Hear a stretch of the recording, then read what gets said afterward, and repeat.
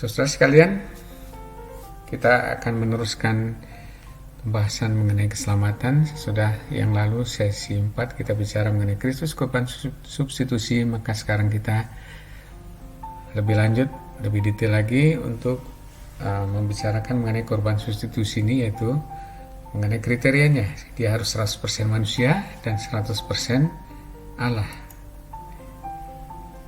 Ya, kita sudah diskusikan bahwa kenapa manusia yang harus menjadi perantara itu, karena manusialah yang harus membayar, ya. Jadi dia jadi perantara dan juga sebagai korban substitusi, korban pengganti yang akan memikul tanggung jawab terhadap dosa-dosa manusia. Dan kenapa juga harus Allah? Karena hanya Allah saja yang sanggup, karena tuntutan Allah adalah kudus dan tidak seorang manusia pun yang sanggup memenuhi kekudusan Allah itu. Karena itu maka pertanyaannya adalah, apakah Yesus Kristus ini adalah bisa memenuhi kedua kriteria ini? Dia memang sudah manusia karena sudah dibuktikan bahwa dia memang manusia, sudah yang hidup di Palestina sekitar 2000 tahun yang lalu. Tapi pertanyaannya sekarang kita mau diskusikan adalah, apakah dia juga 100% Allah?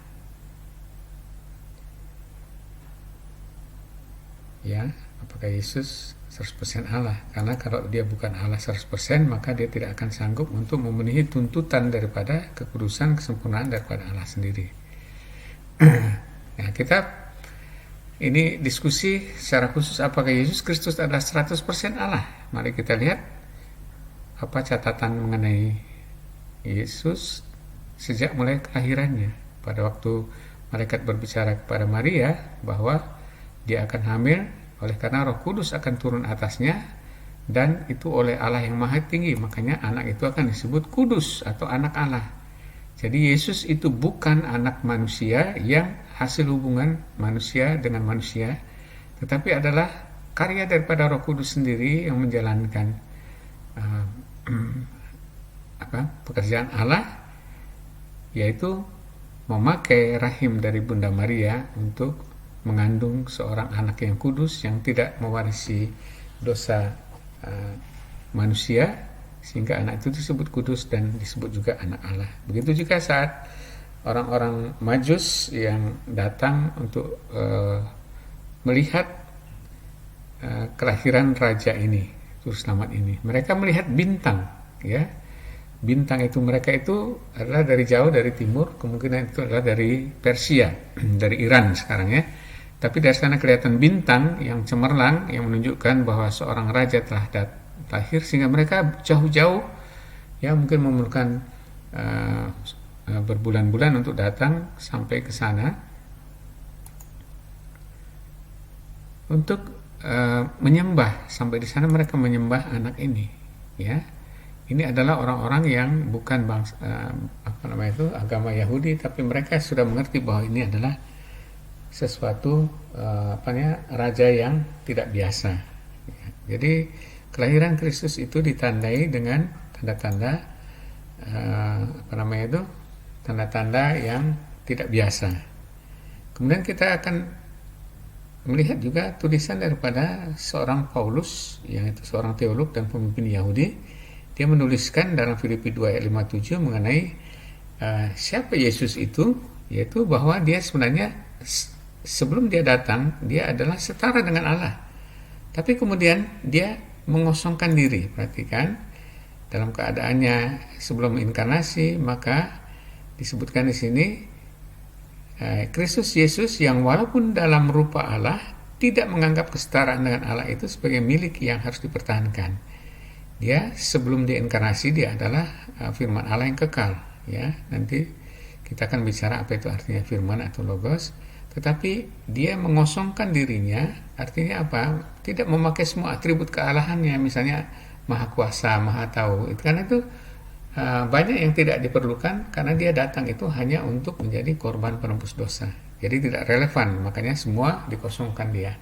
Ya, tentu saja dia mengetahui, bisa mengetahui, tapi yang tidak perlu dia tidak pakai. Itulah artinya mengosongkan dirinya. Perhatian pada kata aktif ya, itu artinya tindakan dia, bukan karena dipaksa atau bukan atau tindakan daripada Kristus sendiri untuk inkarnasi. Ya. Nah, begitu juga dalam Kolose 1 ayat 19 dan juga Kolose 2 ayat 9 disebutkan bahwa Yesus itu adalah seluruh kepenuhan Allah, ya. Artinya tidak sebagian, seluruh kepenuhan kealahan. Itu artinya apa? Dia Allah 100%, itu bahasanya. Yang berdiam secara jasmaniah, berdiam di dalam tubuh manusia. Jadi Yesus Kristus itu memiliki tubuh manusia, tetapi diisi 100% itu juga dia oleh Allah. Jadi bukan sebagian Allah, karena nggak bisa sebagian Allah. Kalau sebagian Allah berarti bukan Allah, tapi dia seluruh kepenuhan kealahan. Makanya di sini dari dua perkataan ini sudah mengatakan Paulus mengerti benar bahwa Yesus Kristus itu adalah 100% Allah, tentu juga 100% manusia. Ya. Nah, kemudian kita lanjutkan dengan yang lebih detail lagi, yaitu yang dituliskan oleh Rasul Yohanes. Karena Rasul Yohanes ini salah satunya Rasul mendapatkan pewahyuan khusus yang dituliskan dalam kitab Wahyu, dan juga beliau itu memiliki pengenalan yang paling detail, paling dekat kepada Yesus Kristus sendiri. Dan itu tulisan-tulisan beliau itu, baik itu Injil Yohanes, surat Yohanes maupun kitab Wahyu, itu dituliskan belakangan, paling belakangan daripada semua kitab-kitab dalam Perjanjian Baru. Ini bisa kita katakan ini adalah kesimpulan siapakah Yesus itu. Ya. Di dalam Yohanes 1 ayat 1 sampai 4 dia menuliskan mengenai siapakah Yesus itu. Ya, pada mulanya adalah firman atau logos, ya. Firman itu bersama-sama dengan Allah, dan firman itu adalah Allah. Perhatikan, firman bersama-sama seolah-olah dia bukan Allah, tapi juga firman itu adalah Allah. Karena dia adalah, firman itu adalah jati diri Allah sendiri, itu perkataan Allah yang mengungkapkan pikiran Allah. Perhatikan, itu firman atau logos itu bersama-sama dengan Allah, dan tapi dia adalah Allah, dan kemudian segala sesuatu dijadikan oleh dia, dan tidak ada sesuatu pun yang telah jadi yang tidak dijadikan. Jadi artinya apa? Segala sesuatu itu ya semuanya. Jadi kalau ada misalnya galaksi, kemudian ada batu atau ulat sebagainya, itu dijadikan oleh siapa? Dia ini siapa? Firman. Ya, tanpa dia tidak ada satupun yang telah jadi dari segala yang dijadikan. Itu suatu perkataan yang pokoknya semuanya itu dijadikan oleh dia. Dan bukan hanya itu, di dalam dia ada hidup, dan hidup itu adalah terang manusia. Hidup, di dalam dia ada hidup, dan hidup itu, jadi artinya gini, semua yang ada ciptaan yang hidup, baik itu ulat atau germ, bakteri dan sebagainya, itu adalah karena ciptaan dia, atau mungkin ada makhluk di luar angkasa sana, itu ciptaan dia. Dan kemudian hidup itu adalah terang manusia. Terang ini disebut adalah kesadaran, ya.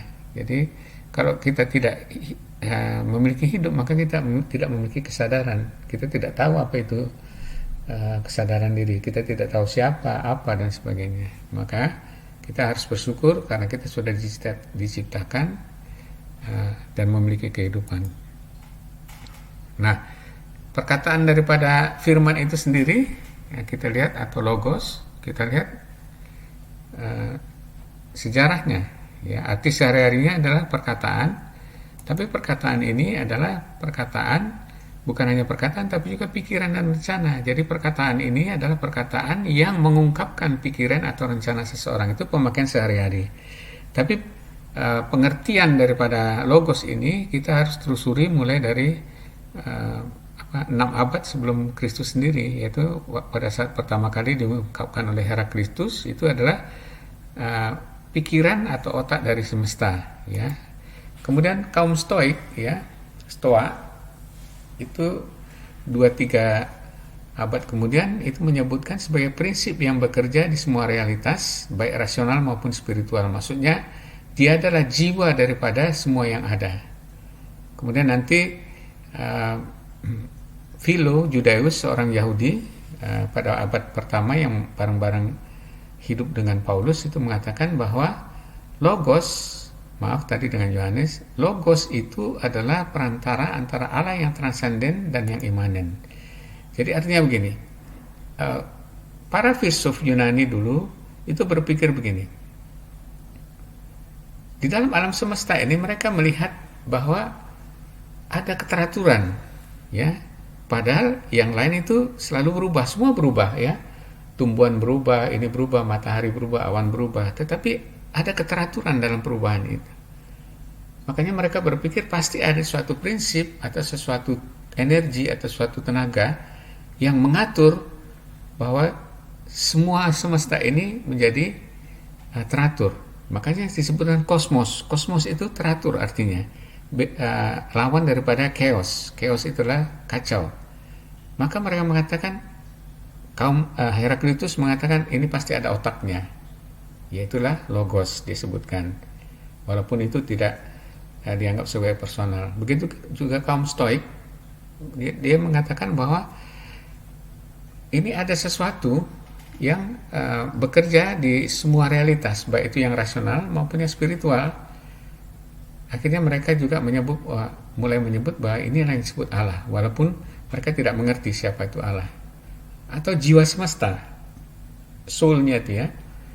Nah, kemudian seorang Yahudi pertama yang sudah mengenal Allah, mengetahui Allah, ini mengatakan bahwa ini adalah logos, ini adalah perantara antara Allah yang transenden yang mereka tidak pernah tahu itu dengan semesta yang imanen, semesta yang ciptaan ini. Jadi dia itu berdiri di antara. Nah, kemudian para rabi Yahudi kemudian nanti mengembangkan sesudah semakin dekat waktunya Kristus mau datang, itu mengatakan bahwa konsep logos itu adalah hikmat atau hikmah yang disebutkan itu adalah perkataan Allah sendiri, ciptaan Allah yang pertama atau ciptaan Allah yang pertama. Nah, Yohanes berlatar belakang Yahudi, dia mengerti bahwa ini perkataan Allah, tetapi konsep dia itu diperkaya dengan cara berpikirnya mereka ini, sehingga dia bisa mengatakan, hai kamu orang Yunani yang kamu anggap logos itu sebagai otak semesta, dialah yang mengatur semua ini supaya semuanya berjalan dengan baik. Dia itulah yang menciptakan pasti ada sesuatu yang menciptakan semua ini dan menopang semuanya supaya semuanya berjalan dengan baik. Itulah logos yang kuperkenalkan. Dia adalah perkataan Allah yang mengungkapkan jati diri. Jadi perkataan Allah itu tidak sembarangan. Logos ini tidak sembarangan. Perkataan Allah yang mengungkapkan jati dirinya, yaitu mengungkapkan mengenai pikiran Allah, keinginan Allah, rencana, keputusan dan tindakan Allah yang transenden, yang tidak bisa dilihat orang, tetapi firman inilah yang mengungkapkan semua itu. Itulah logos yang kemudian nanti dikatakan logos itu kemudian menjadi manusia. Itulah Yesus, ya. Dia juga adalah pencipta dan sumber kehidupan, ya. Yang ini tadi, kemudian yang melaluinya Allah mencipta dan memberi kehidupan. Itulah logos yang disampaikan oleh Rasul Yohanes, dan logos itu telah menjadi manusia, namanya Yesus Kristus. Jadi Yesus itu adalah logos dan logos itu adalah Allah. Yesus adalah Allah. Itulah yang disampaikan oleh Rasul Yohanes. Kemudian ada juga frasa satu lagi yang diperkenalkan oleh Yohanes, yaitu anak tunggal Allah, ya. Misalnya di dalam Yohanes 1 ayat 14 tadi, firman itu telah menjadi manusia dan diam di antara kita, dan kita telah melihat kemuliaannya, yaitu kemuliaan yang diberikan kepadanya sebagai anak tunggal Bapa. Ya, nanti kita bahas apa artinya anak tunggal Bapa, penuh kasih karunia dan kebenaran. Ya, jadi Kristus itu datang untuk menyatakan kasih Allah dan kebenaran Allah. Kebenaran Allah itu harus mendatangkan hukuman terhadap dosa, tetapi kasihnya mau menyelamatkan manusia. Itulah makanya harus ada korban pengganti, yaitu Yesus Kristus. Jadi Yesus Kristus datang untuk menunjukkan kasih karunia dan kebenaran. Nah, kemudian nanti di dalam Yohanes 1 ayat 18 juga, ini sesuatu yang dalam, yang sering disalah mengertikan. Istilah anak tunggal Allah, ya. Ini sini ada tunggal Bapa, anak tunggal Allah. Sebenarnya apa artinya? Ya, teman-teman orang Kristen banyak juga yang nggak mengerti sehingga ikut-ikutan mereka. Mereka bilang, oh Allah beranak, berarti ada istrinya, ada sebagainya.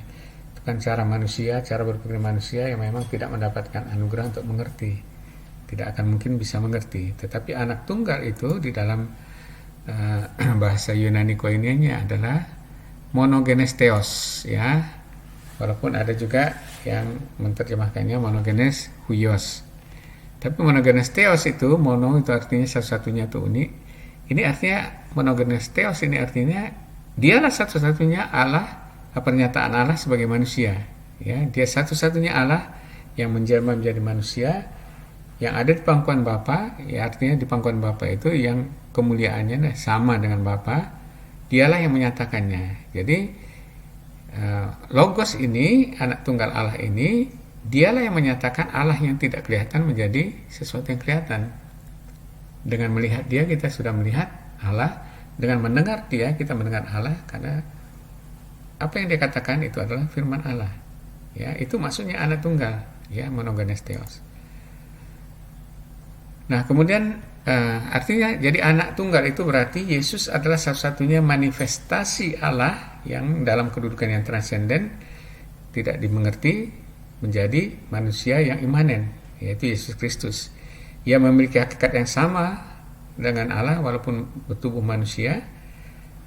Dengan melihat Yesus maka kita melihat Allah. Dengan mendengar dan mentaati dia kita juga mentaati Allah. Nah, kemudian ada satu catatan yang pernah dicatat oleh Yohanes mengenai perkataan Kristus sendiri, yaitu dalam Yohanes 10 ayat 30. Waktu itu Tuhan Yesus sedang mengatakan mengenai gembala dan domba-dombanya itu akan dipelihara oleh dia sampai tidak ada seorang pun yang bisa mengambil mereka dari tangan Bapa.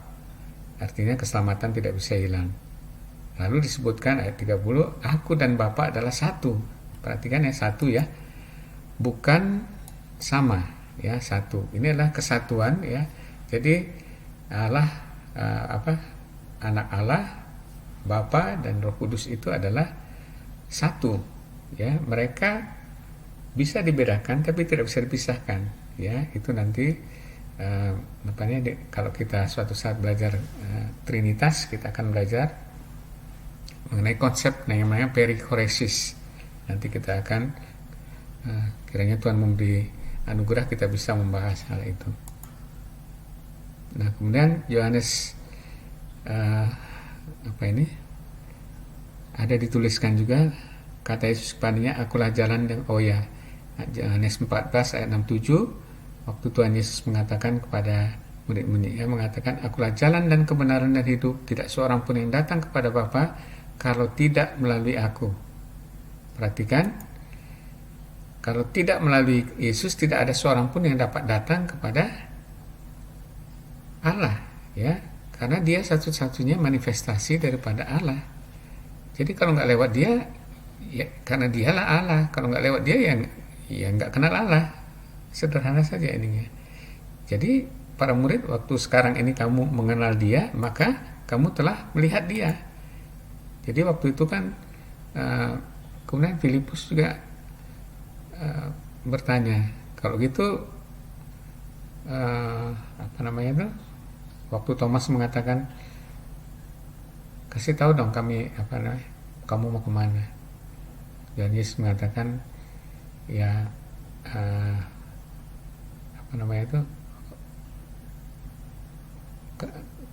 mereka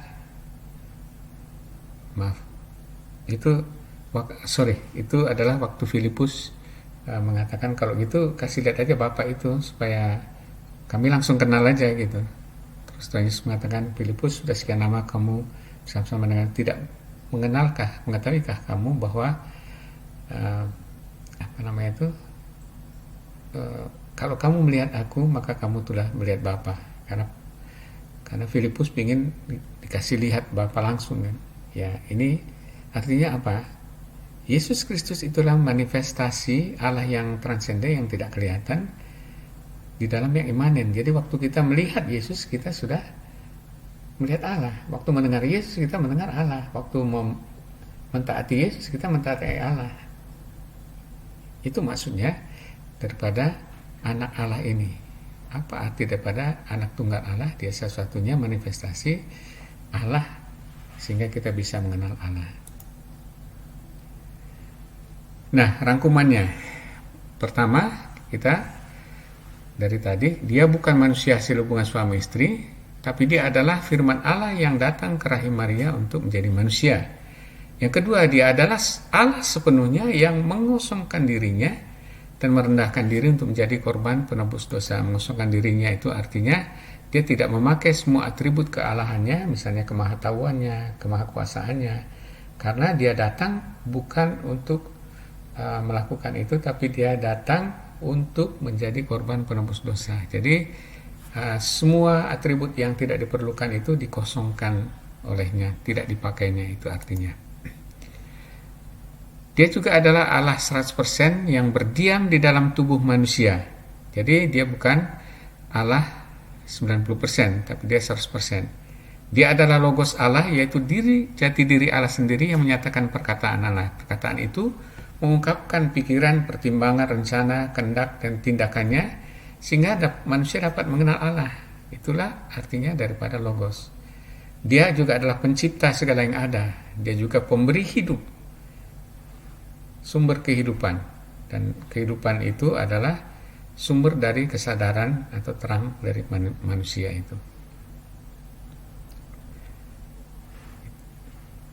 Itu di dalam Yohanes 1 ayat 3 dan kemudian di dalam Yohanes 1 ayat 4. Kemudian dia adalah anak tunggal Allah, yaitu satu-satunya manifestasi Allah yang transenden itu menjadi manusia yang imanen, yang mengungkapkan siapa Allah kepada manusia.